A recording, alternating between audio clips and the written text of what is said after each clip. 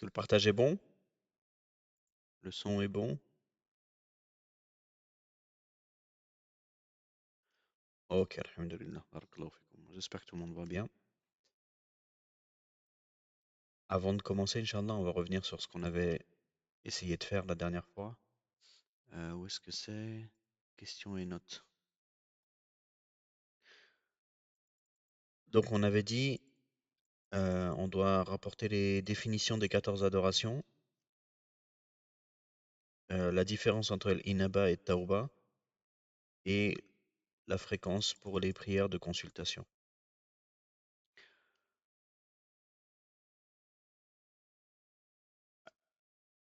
Alaykoum salam wa rahmatullahi wa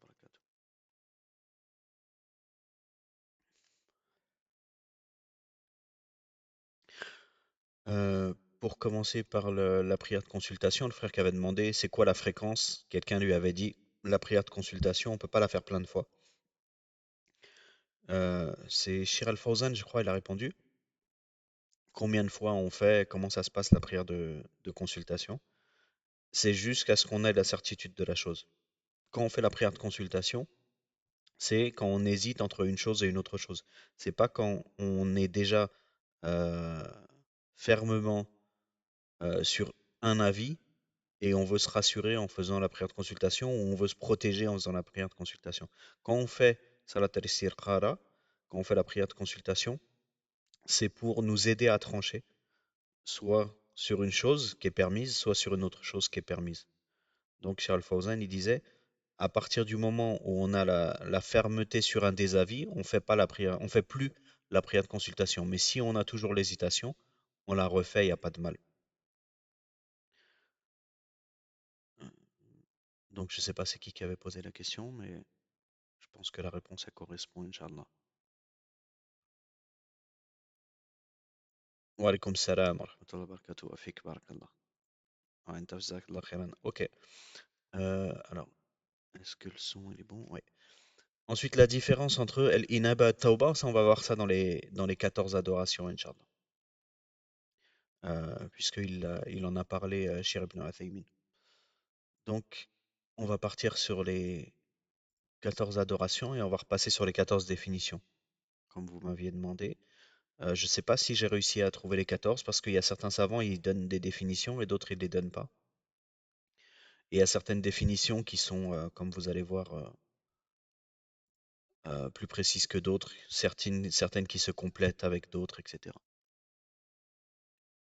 Donc, ça prend du temps d'avoir à chaque fois les bonnes définitions, mais au moins là, on va essayer d'avoir une définition pour chacune des 14 adorations, mais c'est pas forcément la meilleure définition. Par exemple, Shir Al-Fawzan, à un moment donné, il dit il n'y a pas de différence entre telle chose et telle chose. Et d'autres parmi les Mashaïr, ils disent il y a une différence.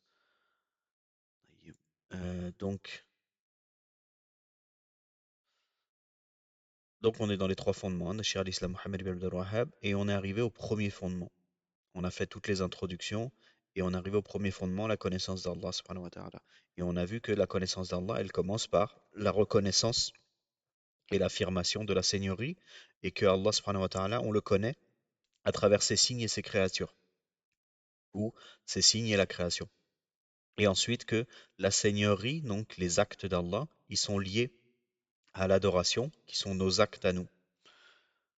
Et ensuite, on est arrivé au moment où l'auteur, rahimallah, il nous parle d'exemples dans les adorations. Il nous parle de l'adoration qui est l'islam, la foi et l'excellence, qui sont les degrés de l'islam. Donc ça, on verra ça dans le deuxième fondement. Et ensuite, il nous dit, parmi les adorations, il y a l'invocation, la peur, etc. Donc il cite 14 adorations et c'est là-dessus qu'on était. Et donc les 14 adorations, avec chacune au moins une preuve, si ce n'est plus, que le shir a ramené. Donc on va repasser sur les adorations et on va voir avec les définitions, Inch'Allah. Je vais vous laisser le temps de noter pour les définitions. L'invocation, il n'y a pas beaucoup de mashaïr qui ont donné des définitions à l'invocation. Ils ont surtout expliqué qu'il y a deux types d'invocation. L'invocation d'adoration et l'invocation de demande. Est-ce qu'il y en a un parmi vous qui saurais m'expliquer la différence entre les deux par rapport à ce qu'on a vu? Quelle est l'invocation de demande et dua al-mas'ala et l'autre dua al-ibada? Est-ce que tu peux enregistrer? Ah, ok. Moi, c'est à moi d'enregistrer, alors j'enregistre. Commencer l'enregistrement. Ok. Enregistrer en local, non? Bah si, de toute façon, il n'y a que ça, je crois, hein. Commencer l'enregistrement. Non, je peux pas enregistrer non plus. Comment on fait? Vous voulez qu'on referme la room et qu'on la réouvre ou comment ça se fait qu'on puisse pas enregistrer? C'est parce qu'il y a personne qui est admin?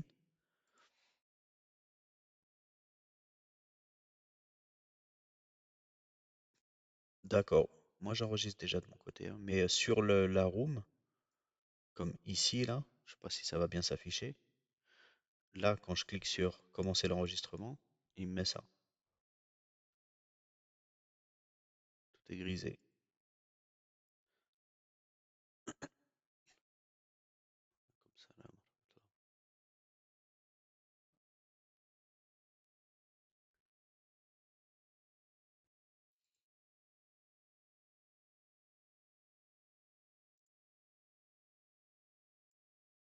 D'accord.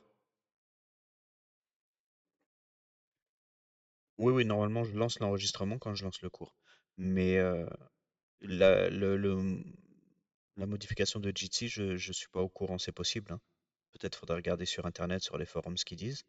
Le frère qui m'a conseillé Jitsi, je vais le contacter par rapport à ça. Voir est-ce que il y a une modification. Quoi qu'il en soit, Jitsi, il me semble que c'est principalement payant, hein. Ceux qui payent, c'est vraiment les sociétés. Donc, Allahu alam. Je sais pas. Assurez-vous que déjà enregistrer en local et enregistrer l'audio et la vidéo, je vois pas bien la différence. Enregistrer seulement mon audio et ma vidéo. Ah oui, c'est parce que sinon l'enregistrement c'est avec toute la room, avec les gens qui prennent la parole et tout ça peut-être. Saurez-vous de sélectionner le bon onglet? Ah oui, c'est peut-être parce qu'il y a plusieurs onglets d'ouvert, je sais pas. Je vais fermer les autres onglets pour voir. Non, c'est pareil. Bon, s'il y en a un de vous, il a un petit peu de temps, Inch'Allah, il peut peut-être regarder sur Internet comment ça se fait que Jitsi permet plus d'enregistrer. Quoi qu'il en soit, moi normalement j'ai mon enregistrement. En espérant qu'il fonctionne. Euh, voilà. Ok. Donc s'il y en a un de vous, Inch'Allah, barakallahu fikum. Donc c'est enregistré un, Inch'Allah, si mon enregistrement il fonctionne bien. Est-ce qu'il y en a un de vous qui peut me ramener la différence entre l'invocation Dua al-Mas'ala, l'invocation de demande, et Dua al-Ibada, l'invocation de l'adoration? Oui, au faut.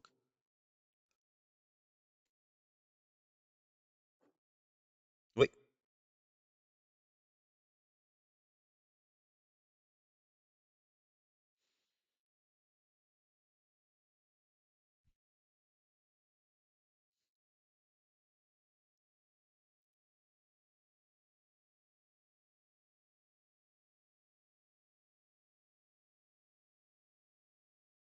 Hmm, d'accord.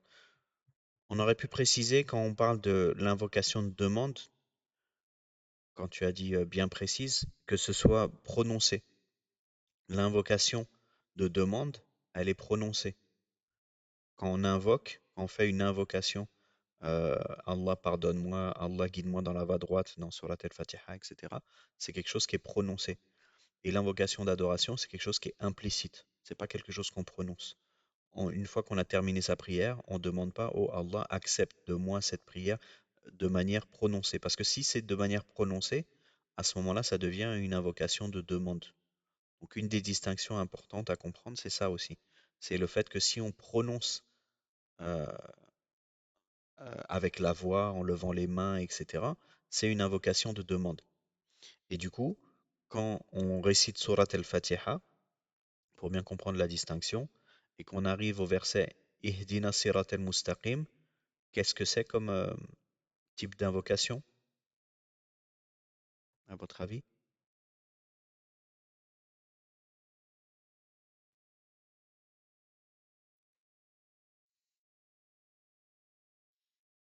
Wa alaykoum salam wa rahmatullah.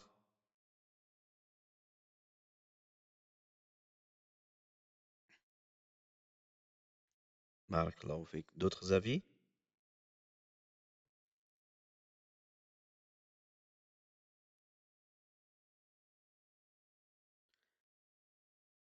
Taïb. La réponse, elle est bonne de Farhat. C'est ça, Farhat? L'invocation, quand on est en train de réciter Surat al-Fatiha, on est en train de faire une adoration propre, qui est le fait de réciter le Coran. Donc ça, c'est l'invocation d'adoration. Mais quand on est en train de réciter le Coran et que dans le Coran, on est en train de faire une invocation, comme guide-nous dans la voie droite, à ce moment-là, au moment où on prononce guide-nous dans la voie droite, c'est une invocation de demande, mais globalement, on est en train de faire une invocation d'adoration, parce que le Surat al-Fatiha, c'est une adoration qu'on est en train de faire. Et on sait que c'est une adoration parce qu'on connaît la définition de l'adoration. Et vous vous souvenez de la définition de l'adoration, Inch'Allah. Donc c'est comme ça qu'on distingue les actes mondains et les actes d'adoration. Comment on reconnaît une adoration d'une chose qui n'est pas une adoration? Avec les définitions. C'est pour ça que vous m'avez demandé de venir avec les définitions. Comme ça nous permet de mieux cerner, mieux savoir de quoi on parle, comme on avait dit la semaine dernière, Inch'Allah. Barakallahu fikum. Donc, euh, l'invocation d'adoration, alors j'ai pas noté. En général, je note qui sont les savants qui ont dit ça. En général, les définitions, je vais les chercher chez Ibn Uthaymin. Et ça, de manière générale, moi, je vous conseille de faire ça. Si vous cherchez une définition, allez dans les cours de Shir ibn Uthaymin, rahimahullah. Il vient souvent avec les définitions au point où il y a même un livre, je ne sais pas si je l'ai ici, non, je ne l'ai pas normalement. Je l'ai un petit peu plus loin, il faudra que je le rapporte pour vous montrer. Ils ont regroupé les définitions de Shir ibn Uthaymin dans la Aqidah. Donc c'est pas un livre de Shir al-Uthaymin.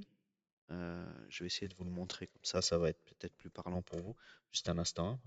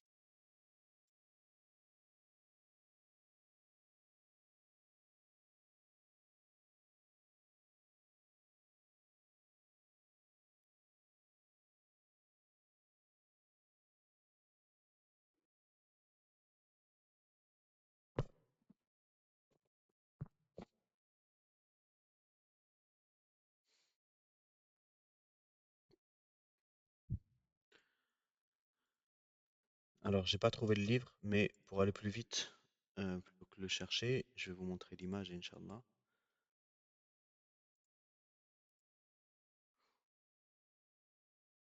Voilà. Je sais pas si ça s'affiche bien chez vous. Ça, c'est un gros volume. Et donc, c'est un livre qui s'appelle Mu'jam al-Ta'rifat wal Fawaid al-Islamiyat al-I'tiqadiyat fi Musannafat ibn Uthaymin. Donc, c'est pas un livre de Shir al-Uthaymin, c'est pas lui qui l'a écrit, c'est un de ses élèves qui a écrit ce livre-là. Et donc, qu'est-ce qu'il a fait? Il a regroupé toutes les définitions de Shir ibn Uthaymin dans la Aqidah. Donc, la définition de al-isti'ana, par exemple, la définition de al-khawf, la définition de al-bid'a, al-tawhid, al-ibada, etc. Et il les a classés par ordre alphabétique et il a mis le masdar. Très important, sinon le livre il n'avait pas beaucoup d'intérêt, parce que comme on ne connaît pas l'auteur, on ne peut pas prendre de lui. Il a ramené l'endroit où la définition elle a été prise. Donc ça c'est un livre qui est pratique. Et Shir ibn Uthaymin, donc pourquoi je vous disais ça? Parce que c'est quelqu'un qui ramène beaucoup les définitions et qui même il va débattre sur la définition. Donc souvent, si vous cherchez une définition, vous allez chercher chez Shir ibn Uthaymin, rahimahullah. Également Shir al-Fawzan. Shir al-Fawzan, il ramène pas mal de définitions. Shir ibn Baz, il ramène pas beaucoup de définitions. C'est comme chez Mohammed ibn Abdel Wahhab, quand il vient avec une définition, c'est que c'est quelque chose d'important, de bien défini et à mettre en avant vraiment particulièrement. Mais sinon, chez Ibn Baz, rahimahullah, il vient pas beaucoup avec les définitions. Sa façon de faire, de toute façon, à Shir Ibn Baz, c'est vraiment de résumer pour donner le sens général de la chose qui est lue. Ça, c'est des notions qui peuvent vous servir de savoir tout ça. Quand vous allez étudier un livre avec plusieurs auteurs ou alors que vous allez chercher une information qui est liée à un livre en particulier, vous allez savoir où aller chercher. Par exemple, là, on est en train de voir l'invocation. Si vous avez l'impression que c'est pas assez détaillé, vous savez que si vous allez chercher dans l'explication de Shir Ibn Baz, vous n'allez pas trouver plus détaillé. Parce qu'on a dit que lui, sa façon de faire, c'est d'expliquer de manière résumée, de manière à ce que le sens général y soit compris. Donc ça veut dire si vous voulez faire le livre Les Trois Fondements de manière assez rapide, en comprenant le sens de la parole de l'auteur, sans rentrer dans les détails, vous prenez l'explication de Shir Ibn Baz par exemple. Mais si vous voulez quelque chose de plus détaillé avec des définitions, avec des taqsimet, c'est-à-dire avec le fait de dire l'invocation, elle est de deux catégories, la peur, elle est de quatre catégories. Dans la première catégorie, c'est considéré comme une action du cœur, etc. Plus de détails comme ça, vous allez plus aller dans l'explication de Shir Ibn Athaymin ou alors Shir Ubayd el-Jabiri, etc. À force, vous allez vous construire en tant qu'étudiant à savoir que tel auteur, il a telle particularité par rapport à un autre. Ça, c'est important à faire cette distinction-là, mais ça se fait pas du jour au lendemain, ça se fait petit à petit, vous prenez l'habitude. Là, on parle des contemporains, mais c'est exactement le même cas pour les savants anciens. Si par exemple, vous cherchez l'explication d'un hadith, vous avez l'explication du hadith, il faut savoir est-ce que le hadith il est rapporté dans Bukhari et Muslim ou non. S'il est dans Bukhari et Muslim, déjà, vous allez avoir accès à toutes les explications de Sahih Bukhari et Sahih Muslim. Donc les explications connues de Sahih Bukhari, il y en a beaucoup. Parmi les plus connues, c'est celle de Ibn Hajar, Fathul Bari. Fathul Bari, lui, il détaille beaucoup et il cite les paroles des pieux prédécesseurs, de ceux qui sont venus avant l'imam Malik, etc. Il va donner son avis sur les hadiths également. Ça peut être utile si vous avez un hadith qui est à la base dans Sahih Bukhari ou Sahih Muslim, mais en vérité, la version que vous avez, elle n'est pas dans Bukhari et Muslim. Bah, c'est bien possible que Ibn Hajar, dans Fathul Bari, il en parle et qu'il donne un jugement sur le hadith. Donc c'est important, pour pas trop détailler dans ce sujet-là, de connaître les livres et connaître le patrimoine islamique, de savoir où est-ce que vous allez chercher telle information. C'est ça qui va faire la différence entre quelqu'un de la masse, un étudiant et un savant. Quelqu'un de la masse, il ne sait pas où aller chercher. Quand il a une information, il demande au savant ou à l'étudiant. Un étudiant, normalement, il sait où aller chercher, mais il n'est pas sûr de trouver l'information là où il va aller la chercher puisqu'il n'est jamais passé dessus. Un savant, il sait exactement où est-ce qu'il va trouver l'information parce qu'il a déjà lu le livre de manière générale. C'est rare qu'un savant ne soit pas passé sur la lecture de tel livre et tel livre. Donc, un savant, comme n'importe quel être humain, il va arriver sur une question, il ne connaît pas, il ne sait pas. Sauf que la différence avec nous, c'est que le savant, il sait où trouver la réponse. Donc, si un savant, il vous dit Allahu A'lam, je ne sais pas, normalement, il sait où aller trouver la réponse. Donc voilà, c'est important de connaître si vous cherchez des informations, où est-ce que vous allez les trouver. Pour les définitions, chez Ibn Uthaymin, c'est ce que vous allez avoir de plus efficace, Inch'Allah. Tout ça, je vous parle de ça dans le monde arabe, hein, parce qu'en français, de toute façon, c'est des traductions, donc des traductions de définitions, c'est pas toujours simple. Et en plus, vous n'avez pas la nécessité de mémoriser les définitions en langue française. Alors qu'en langue arabe, c'est bien de connaître les définitions, surtout les définitions qui sont importantes, comme par exemple, qu'est-ce que ça veut dire al-ilah? Qu'est-ce que ça veut dire shirk? Qu'est-ce que ça veut dire tawhid? Qu'est-ce que ça veut dire al-ibada? Al-bid'a? Ça, c'est des mots importants. Et si on a une définition bien définie dans notre tête, ça va être beaucoup plus facile pour nous quand on va se retrouver dans une situation à pouvoir mettre en application ce qu'on a appris. Parce que le but de la science, c'est mettre en application. Donc ça veut dire si quelqu'un dans notre entourage, il vient, il nous dit ça, c'est quelque chose de bien à faire en islam, c'est une bonne chose. Nous, on lui dit, moi, d'après la définition de l'innovation que je connais, ce que tu dis, ça rentre exactement dans cette définition-là. Par exemple, quelqu'un, il vient et il dit, moi j'aime bien faire telle adoration, je trouve que c'est une bonne chose. Le prophète sallallahu alayhi wa sallam ne l'a jamais fait, ni les compagnons, ni les pieux prédécesseurs, mais moi quand je le fais, ma foi elle monte, par exemple. Donc, j'ai une bonne intention, je suis sincère dans ce que je fais. Si une personne elle vous dit ça, et que vous savez ce que c'est, les conditions d'acceptation d'une œuvre, par exemple, ou la définition d'une adoration, ou la définition d'une innovation, vous savez lui répondre. Vous lui dites, ce que tu es en train de me dire, c'est que tu es en train de dire que l'acte que tu es en train de faire, tu espères qu'Allah il donne une récompense, alors que tu sais que le prophète sallallahu alayhi wa sallam ne l'a jamais fait, et ce qui te valide le fait de la faire, c'est que ton intention, elle est pure, elle est pour Allah uniquement. Bah, c'est la définition de l'innovation. L'innovation, c'est pas quelque chose de mondain. Je vais acheter une voiture, c'est une innovation parce que le prophète sallallahu alayhi wa sallam n'a jamais acheté de voiture. La personne, quand elle achète une voiture, elle sait très bien que c'est pas une adoration. Elle n'espère pas une récompense directe, une récompense indirecte, parce que quand on achète une voiture, ça nous permet d'aller assister aux cours, d'aller faire les courses pour la famille, et tout ça, ça nous donne accès à des hasanat, à des bonnes actions. Donc, on ne dit pas que acheter une voiture, ça ne donne pas accès à des bonnes actions, mais de manière indirecte. Mais de manière directe, le fait d'acheter une voiture, il n'y a personne qui achète une voiture et qui se dit, Allah, il va me récompenser parce que c'est une adoration d'acheter une voiture en tant que telle. Vous comprenez?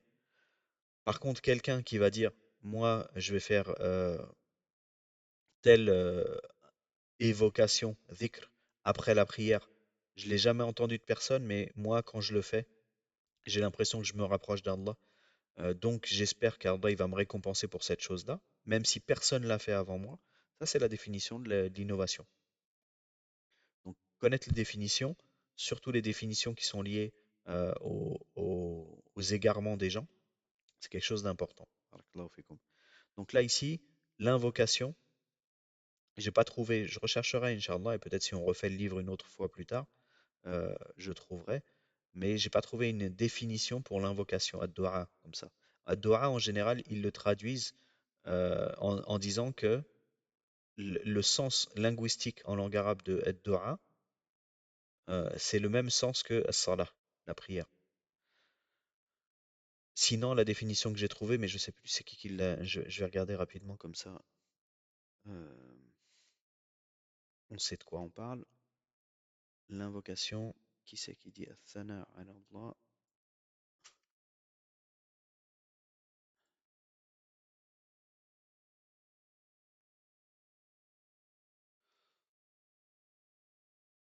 Il y en a vraiment beaucoup qui ont utilisé l'expression, je vais utiliser l'autre plutôt, ça va être plus rapide.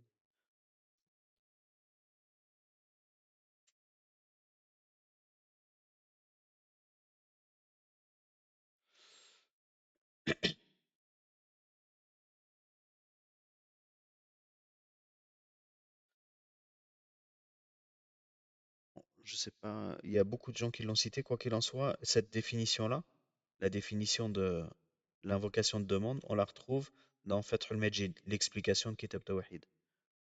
Donc c'est pas quelque chose de récent qui a été utilisé par les savants contemporains. Ça fait un moment que les savants ils utilisent cette définition-là. Donc la définition de l'invocation d'adoration, c'est Athana ala Allah, qui est plus ou moins la définition de l'invocation. L'éloge envers Allah. Donc Athana ala Allah, l'éloge envers Allah. Ensuite, l'invocation de demande, c'est طلب ما ينفع الداعي من جلب النفع أو دفع الضر.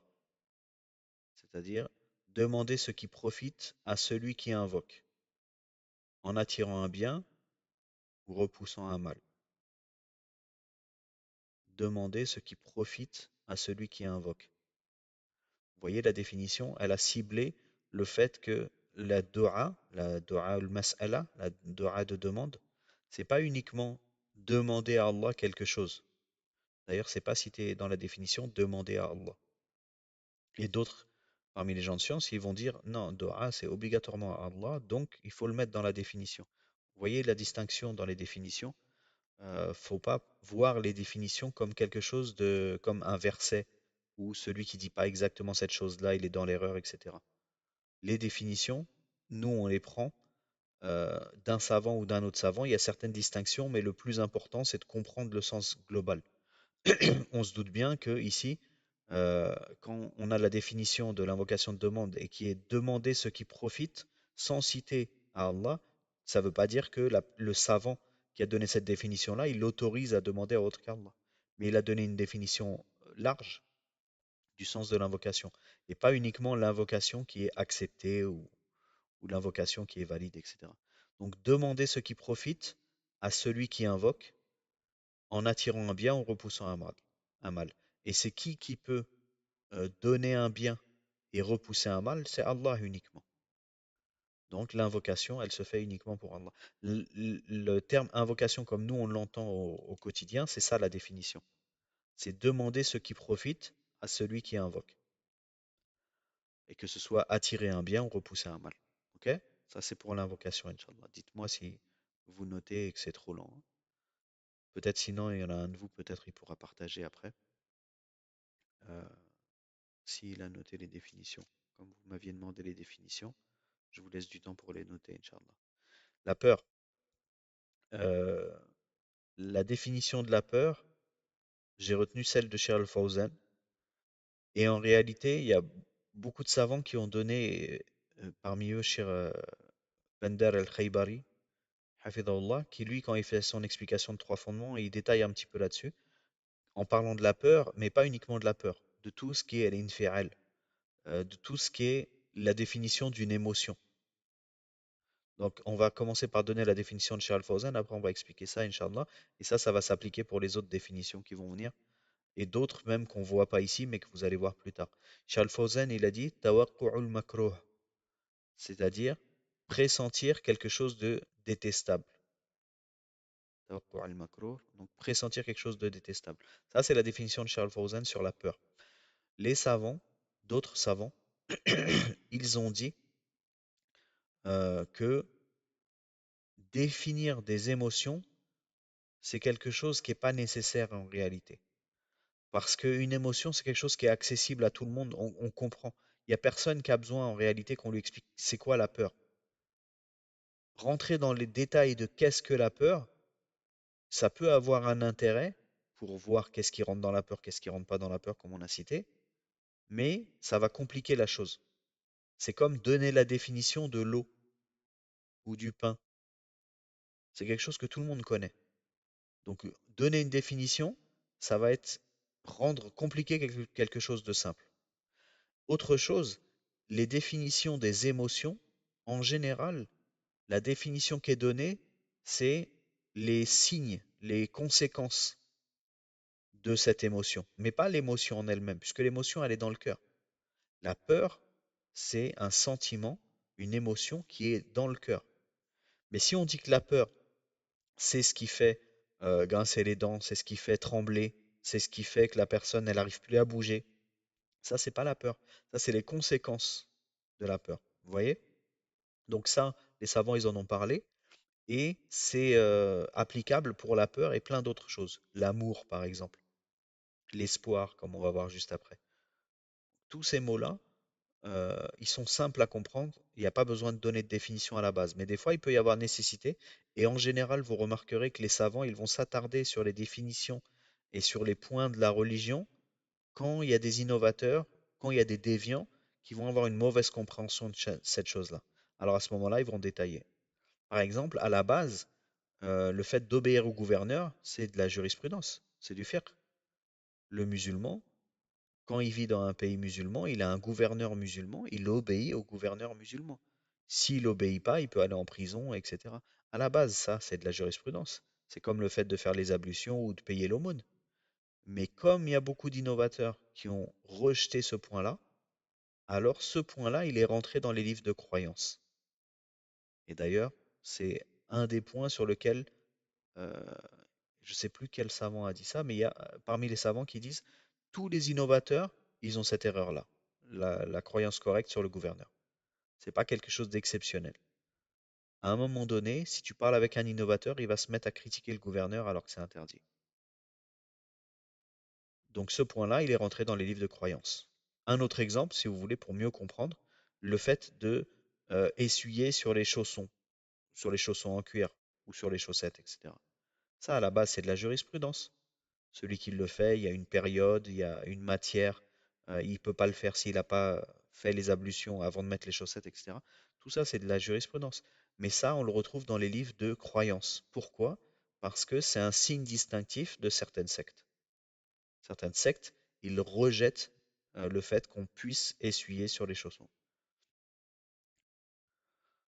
Donc, il y a des points de la jurisprudence qui rentrent dans la croyance parce que c'est un signe distinctif euh, de certaines sectes. Donc voilà, on a donné la définition de la peur de Shir Al-Fawzan et on a expliqué que la peur, c'était pas quelque chose qui nécessitait en réalité une définition. L'espoir, Al-Raja, je dis pas à chaque fois, mais l'invocation à dua, la peur, Al-Khawf, l'espoir, Al-Raja. On a la définition de Shir ibn Uthaymin et de Shir Al-Fawzan, non, j'ai pas donné parce que j'ai pas réussi à traduire. Al-Tawaqqu'u' ou Al-Aman Al-Mamdoud. Je sais pas trop ce qu'il veut dire par là, faudra regarder. Mais sinon, j'ai la définition de Shir ibn Uthaymin qui dit طمع الإنسان في أمر قريب المنال وقد يكون في البعيد المنال تنزيلا له. C'est-à-dire, l'espoir, c'est le désir de l'homme pour une chose proche à atteindre, et ça peut aussi concerner une chose lointaine, donc qui n'est pas proche, et qu'il considère lui comme proche. C'est ça l'espoir. L'espoir, c'est le désir de l'homme pour une chose proche à atteindre. Et Sherlock Thémine, à son habitude, il précise encore plus et il dit ça peut être quelque chose qui n'est pas proche, qui est lointain, mais pour la personne, lui, il la considère comme proche, comme l'espoir d'entrer au paradis. Donc, طمع الإنسان في أمر قريب المنال, le désir de l'homme pour une chose proche à atteindre. Ça, c'est la définition de l'espoir.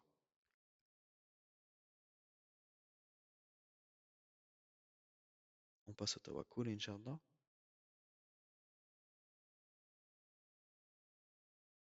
Le tawakkul, qu'on a traduit par la confiance, mais comme vous vous souvenez, c'est pas vraiment une bonne définition. Il y a la définition de Shir ibn Baz, donc c'est assez rare que Shir ibn Baz y ramène des définitions. Donc on va commencer par celle-là. On va dire التفويض إلى الله والاعتماد عليه في كل الأمور مع الأخذ بالأسباب.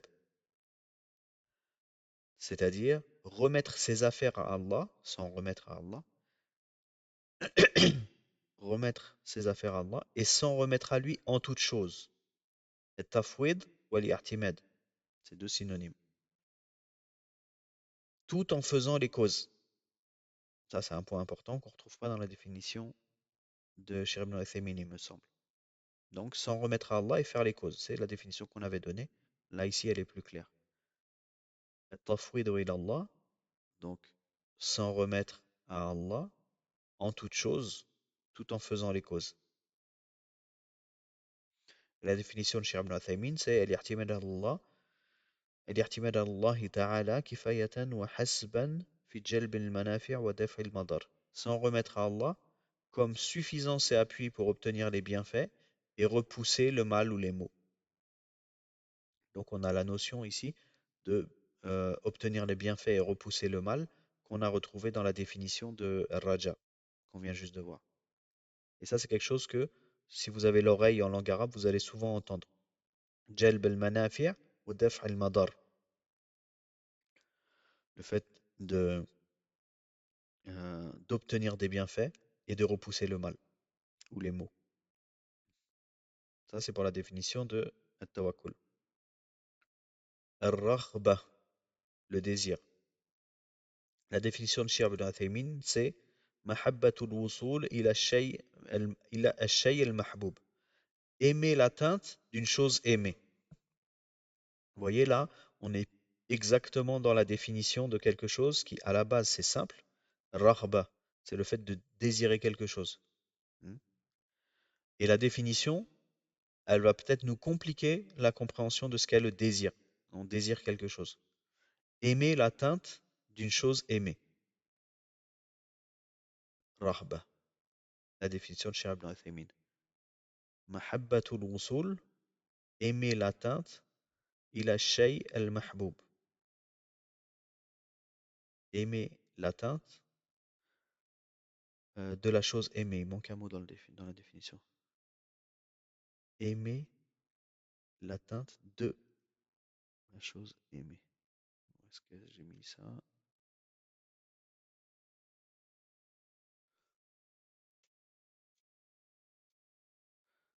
Aimer l'atteinte de la chose aimée.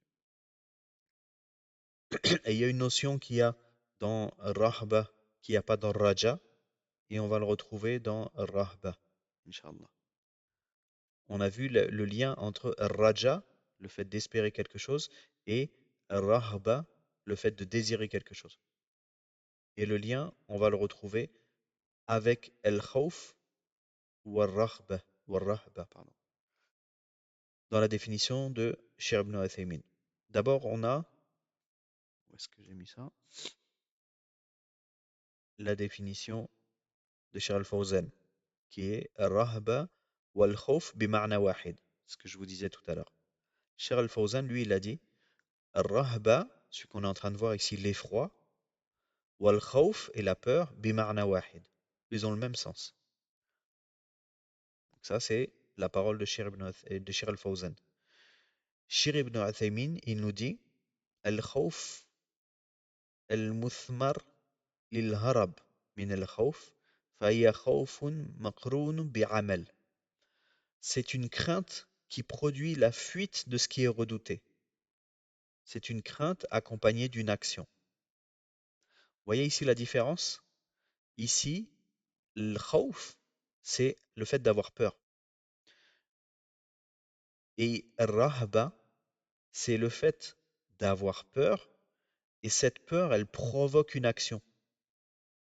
Comme on a peur, on veut s'éloigner de la chose qui nous fait peur.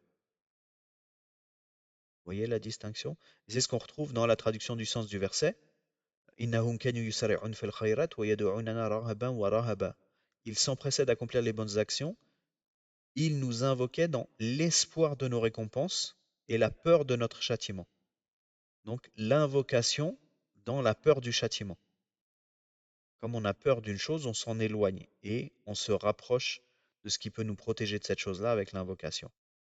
Donc, ici, il y a une distinction qui est faite par Cheikh ibn Uthaymin que Cheikh al-Fawzan n'a pas faite. La peur, et cette peur-là, elle nous pousse à faire un acte. Quand on a peur d'une chose, on va faire un acte qui est lié à cette peur-là. Ça, c'est l'étape supérieure, c'est Rahba. D'accord? Et ici, c'est important de comprendre que ce n'est pas une erreur de Cheikh al-Fawzan. Cheikh al-Fawzan, il a simplifié. Il se peut que Cheikh al-Fawzan, dans un autre livre, peut-être plus poussé que les trois fondements, tout ça c'est dans les explications des trois fondements, hein, je n'ai pas été chercher ailleurs. Dans l'explication des trois fondements, Cheikh al-Fawzan, il dit il n'y a pas de différence entre les deux. Et dans des livres peut-être plus poussés, ou alors dans un endroit où il y a une nécessité, ou peut-être quelqu'un il va lui poser la question, il va détailler. Ça ne veut pas dire qu'il voit que c'est exactement la même chose dans toutes les situations. Ça, c'est un bon réflexe que nous, on a avec les paroles des savants. On ne les met pas en opposition quand il n'y a pas de nécessité de mettre en opposition les paroles des gens de science. Ici, chez Al-Fawzan, il a simplifié et chez Ibn Uthaymin, il a détaillé. Maintenant, un autre point important, est-ce que ça veut dire que euh, si chez Al-Fawzan, il nous donne une parole qui est tellement simplifiée que ça devient une erreur? Est-ce qu'on va dire Cheikh Al-Fawzan, il ne s'est pas trompé parce que dans un autre écrit, il a spécifié, il a précisé, etc. Je ne sais pas si vous avez bien compris ce que je voulais dire. On va pas citer Cheikh Al-Fawzan parce que sinon c'est le fait de s'attaquer en particulier à un savant, mais un parmi les savants, il va donner une définition qui est fausse, tellement elle est simplifiée qu'elle est fausse. D'accord? Dans un livre. Et dans un autre livre, il va détailler. Donc il va donner une définition qui est correcte. D'accord? Est-ce qu'on va dire que le savant, il s'est pas trompé sur sa définition fausse parce que si on prend son autre définition, vous me suivez? Si on prend son autre définition, on comprend que lui, il voulait dire ça. Ça, c'est une erreur que beaucoup y font, surtout les gens qui veulent défendre leurs savants quand ils sont attaqués, parce que défendre son savant, c'est quelque chose, défendre son cher, c'est quelque chose qui est demandé religieusement, mais le défendre à l'extrême. Quand un savant il dit une chose qui est fausse, la chose elle est fausse. Et on dit la parole elle est fausse. d'accord? Et on n'utilise pas une autre parole du savant pour dire oui, mais regardez, il a dit ça ici, donc on comprend que là, ce qu'il voulait dire, c'est etc., etc. Vous voyez? Ça, c'est interdit. On ne fait pas ça avec les paroles des savants. Si un savant, il a dit euh, cette chose-là, elle est autorisée alors que c'est interdit, et un autre endroit, il a dit cette chose-là, elle est interdite, on ne dit pas oui, mais on prend ces deux paroles et on comprend que ici, il voulait dire, etc. Non. S'il a dit que c'était autorisé alors que c'est interdit, c'est une erreur. Les savants, ils font des erreurs de formulation. On va lui trouver l'excuse de dire c'est peut-être pas ce qu'il voulait dire, mais ce qu'il a dit, c'est une erreur.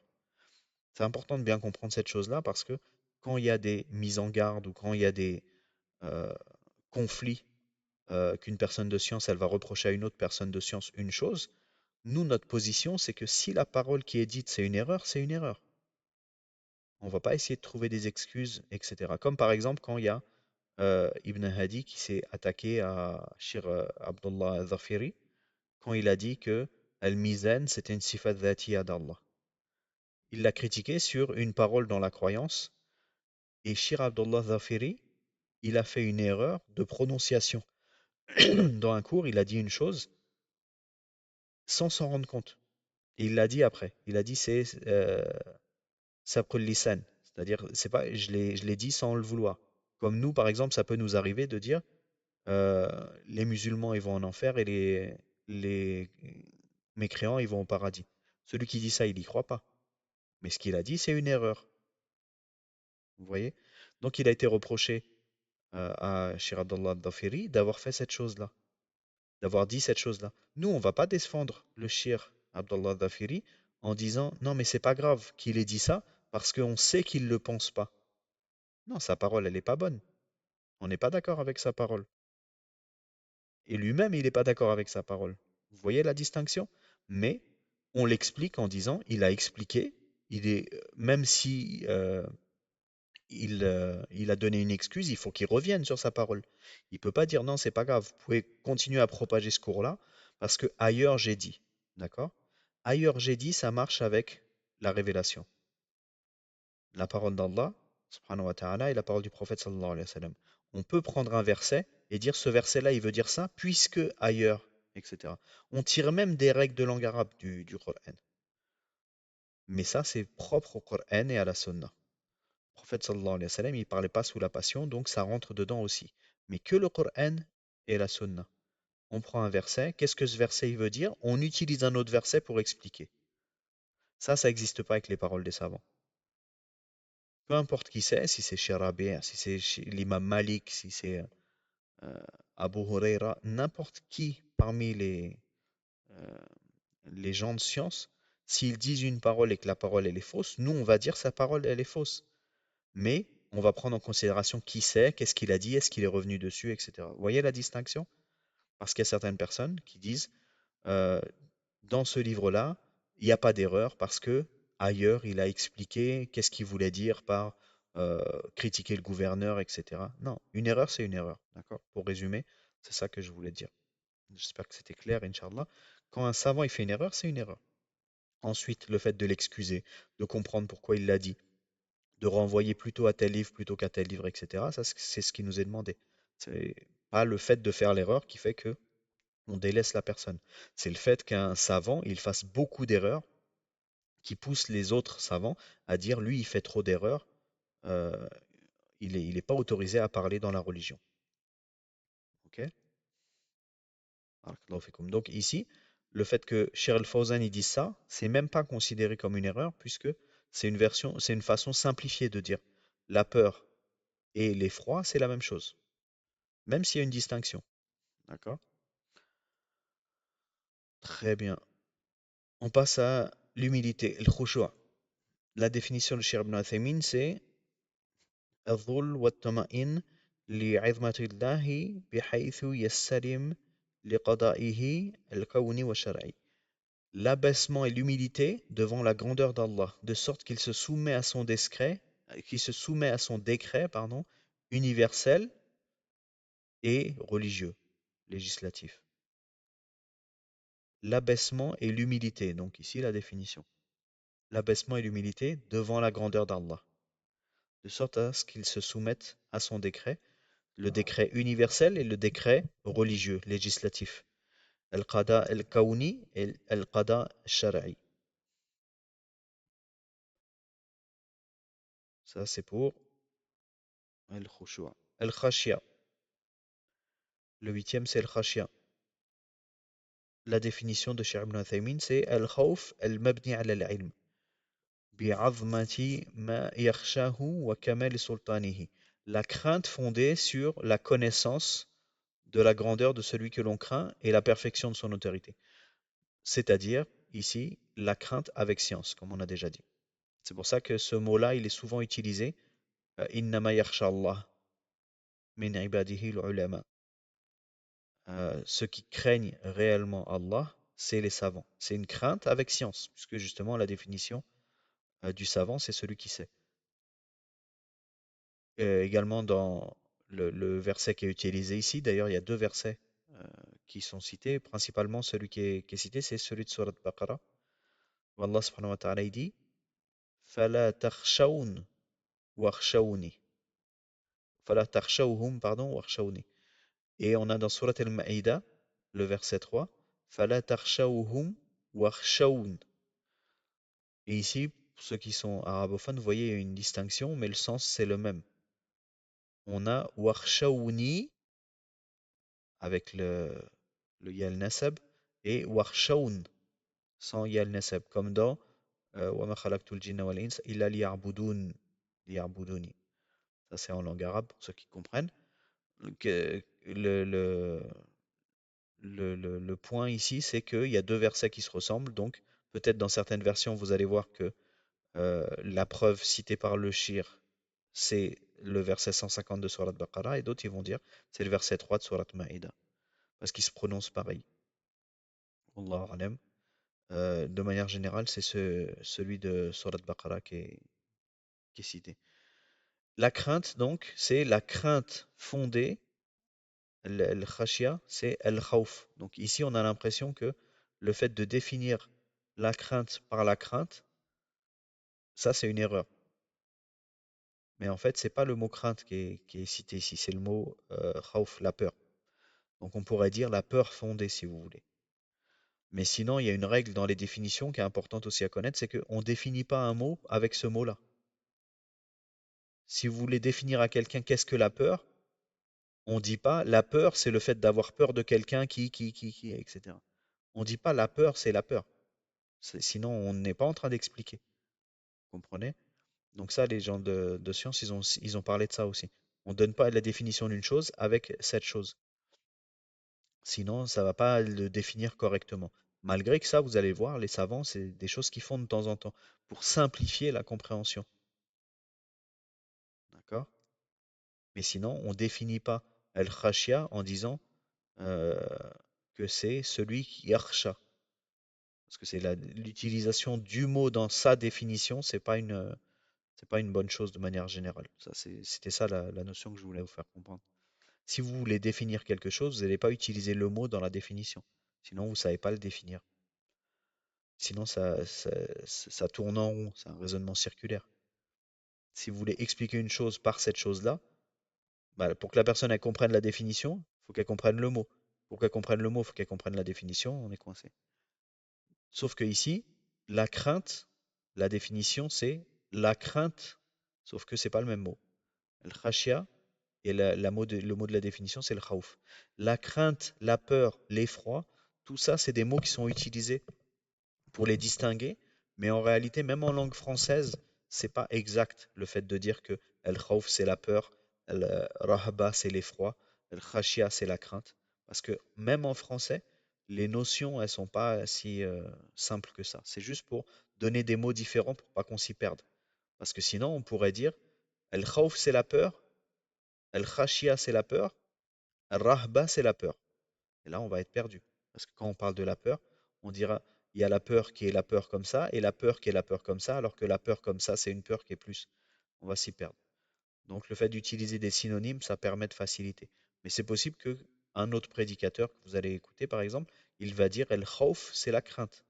Et El Khashia, c'est la peur. Il n'y a pas de mal dans ça, hein. Parce qu'il n'y a pas un lien direct avec la langue française, comme dans certaines définitions où il y a un lien direct. Ok? Donc ici, al-khashya, c'est la peur fondée ou la crainte fondée sur la connaissance de la grandeur de celui qu'on craint. Taïeb. Al-inaba. Et là, on va revenir avec le point qu'on avait demandé également dans les trois questions. Il y avait la question sur istikhara, les 14 définitions qu'on est en train de voir, et la différence entre al-tawba ou al-inaba. Donc, al-inaba, le retour vers Allah, on a la définition de Shir ibn Uthaymin qui dit الرجوع إلى الله بقيام بالقيام بطاعته واجتناب معصيته. Le retour vers Allah en accomplissant son obéissance et en évitant sa désobéissance. Ça, c'est la définition de l'inaba. Encore une fois, la définition de le retour vers Allah, c'est le retour vers Allah en accomplissant. Sauf que on a vu en arabe que l'inaba, sa définition, c'est ruju' ilallah. Donc en arabe, c'est compréhensible. Mais en français, on a utilisé les mêmes mots. Je ne sais pas si vous avez compris quand je dis ça. Dites-moi si vous n'avez pas compris. Le fait d'utiliser le même mot dans la définition, c'est en langue française ici que le mot il est utilisé, mais pas en arabe. Le retour vers Allah, sa définition, c'est le retour vers Allah en accomplissant. Ça, on a dit que c'était une mauvaise chose. Sauf que c'est ce qu'on dit en français pour simplifier. Mais sinon, en arabe, c'est la définition de el-inaba, c'est ruju' ilallah. Donc, il n'y a pas l'utilisation du même mot en langue arabe.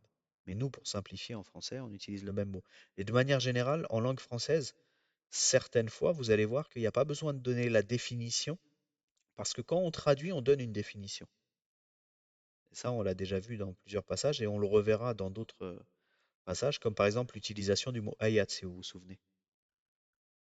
Quand on a dit, l'auteur il a dit, wa min ayatihi al-layl wa nahar, et parmi ses signes, la nuit et le jour.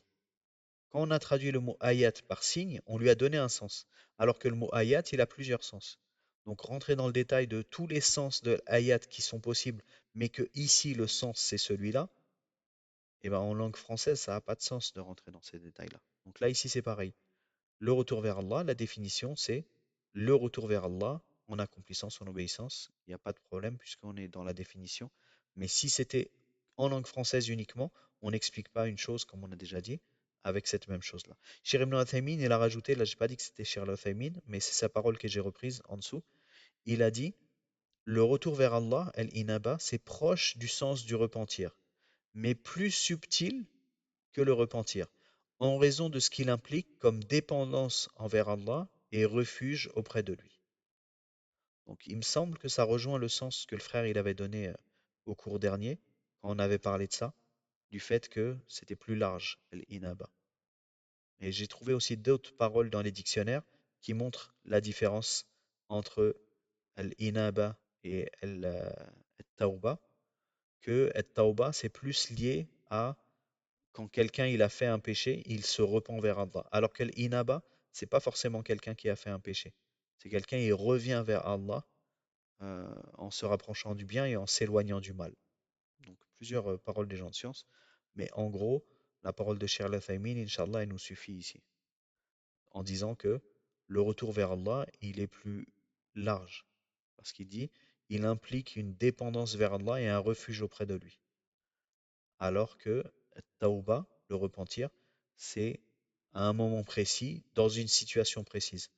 Le retour vers Allah, c'est plus vaste que cela, parce que ça rentre dedans le fait de retourner vers son obéissance et d'éviter la désobéissance. Alors que le retour vers l'obéissance, c'est pas quelque chose qui fait partie de la définition du repentir. C'est bon pour le frère, Inch'Allah, qui avait posé la question sur la différence entre l'inaba ou tauba, le retour vers Allah et le repentir, Inch'Allah. Comme ça. Non.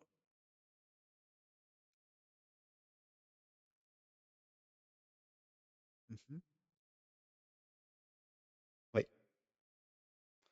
Ouais, jazakallah khairan. Sachant que, n'oubliez pas qu'il est possible aussi qu'un savant il dise, comme on a vu avec la parole de Charles Fawzan juste avant, El inaba et tauba, c'est la même chose.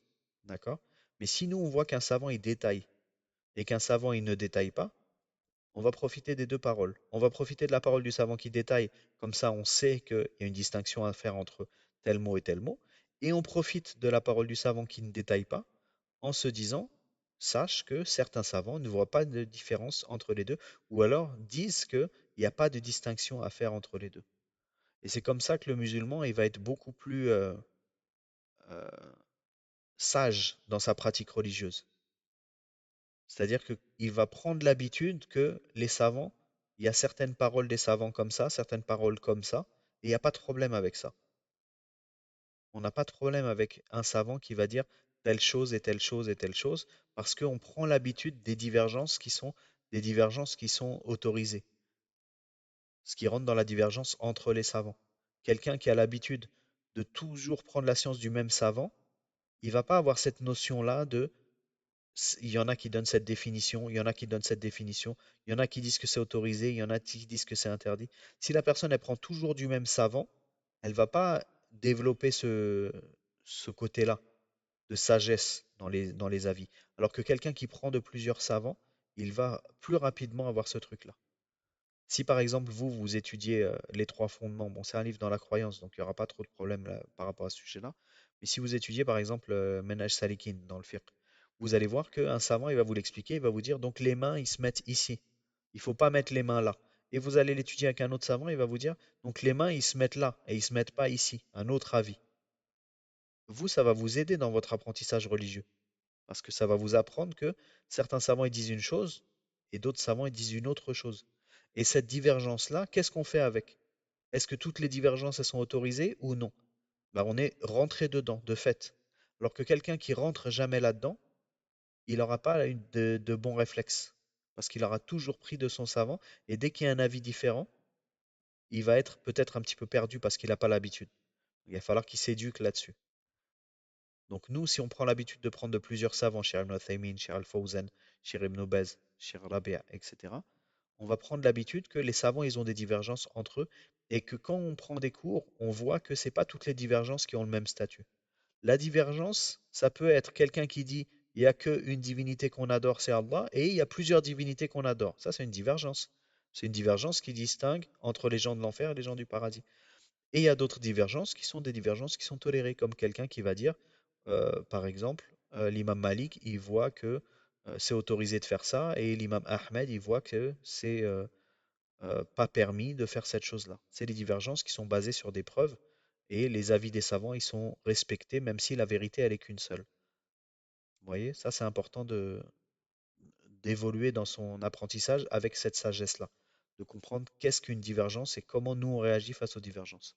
Est-ce que c'est autorisé de choisir l'avis qu'on veut? Non. On choisit toujours l'avis qui est plus proche de la vérité. Et Inch'Allah, si on a le temps, je passerai sur une parole de Shir Ibn Baz qui a répondu à cette question-là. Il y a des divergences entre les savants. Est-ce que j'ai le droit de choisir l'avis que je veux? Il a donné une bonne réponse. Pour résumer sa réponse, on ne suit pas l'avis qu'on veut. On suit ce qui nous semble le plus proche de la vérité. On va essayer de finir, Inch'Allah, les définitions rapidement, parce que je pense qu'on est sorti de l'heure là, mais au moins on finit ça comme ça au prochain cours, on passe à autre chose. La demande d'aide, al-isti'ana, donc c'est talab al-aoun, la demande d'aide. Ça ici, la traduction, euh, elle avance déjà sur l'explication. Al-isti'ana, c'est la demande d'aide. Et al-isti'ana, c'est talab al-aoun. Donc la définition, la traduction, elle a déjà donné la définition. Euh, Al-isti'adha, c'est talab ou al-aoudh, ou alors ici, chez Ibn Uthaymin, il a dit talab al-i'adha. C'est la demande de protection, c'est la même chose. La demande de secours, donc talab al-ghawth, wa huwa al-inqiyad min ash-shidda wal-halak. Ici, je ne l'ai pas traduit. Al-inqadh min ash-shidda wal-halak. Donc, la demande de secours, euh, qui est le fait de repousser la difficulté et la perte. Donc c'est la demande de secours. C'est la même chose. Le sacrifice, euh, la définition de Cheikh Ibn Uthaymin, c'est إزهاق الروح بإراقة الدم على وجه مخصوص.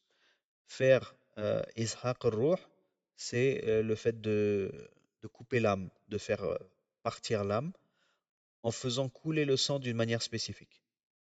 Donc ça, c'est le sacrifice.